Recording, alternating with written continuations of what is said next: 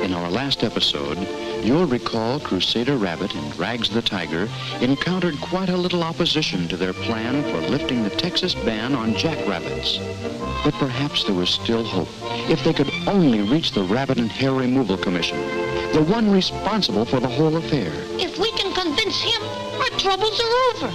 And so, once more, disguising themselves as a thoroughbred horse, an animal sacred to the heart of every Texan, they set out for Austin, the capital. Ah, yes, Austin, with its tall men and tiny cars. It was here in the Bungle Building that the state conducted its animal affairs. Somewhere up there at that very moment, the commissioner was carrying on his campaign to rid the state of every last rabbit.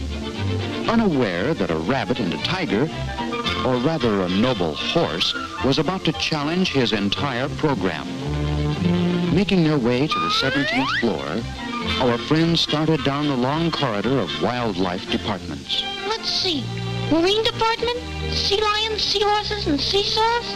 No. Stork department? Yeah, no.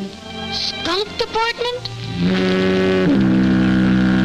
No, thanks. Rabbit and hair removal department. Ah, at last. But it wasn't quite that easy. Once inside, they were confronted by the chief secretary, who said, Ah, what is it? We're a horse. Oh, I just love horses. Yeah, well, I like secretaries, too. All right, you guys, break it up. Who said that? We want to see the commissioner. I guess my voice is changing. A purple horse. Oh, well.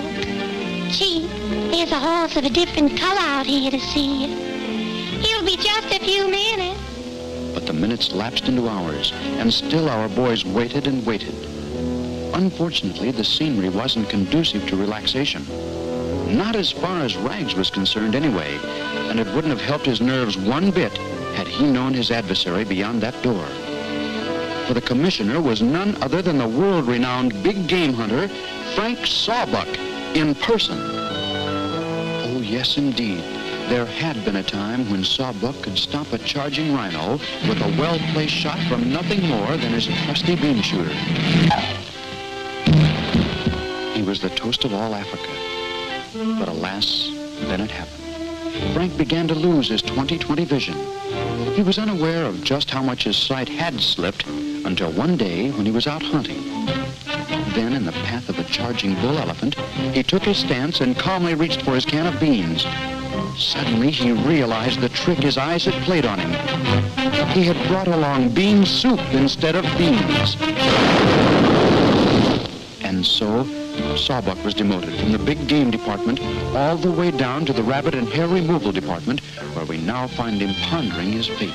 Rabbits, hares, rabbits. I hate them all. Why should Sawbuck feel this way? What will happen when he meets Crusader? Episode 11, entitled Torn Asunder, will tell us all.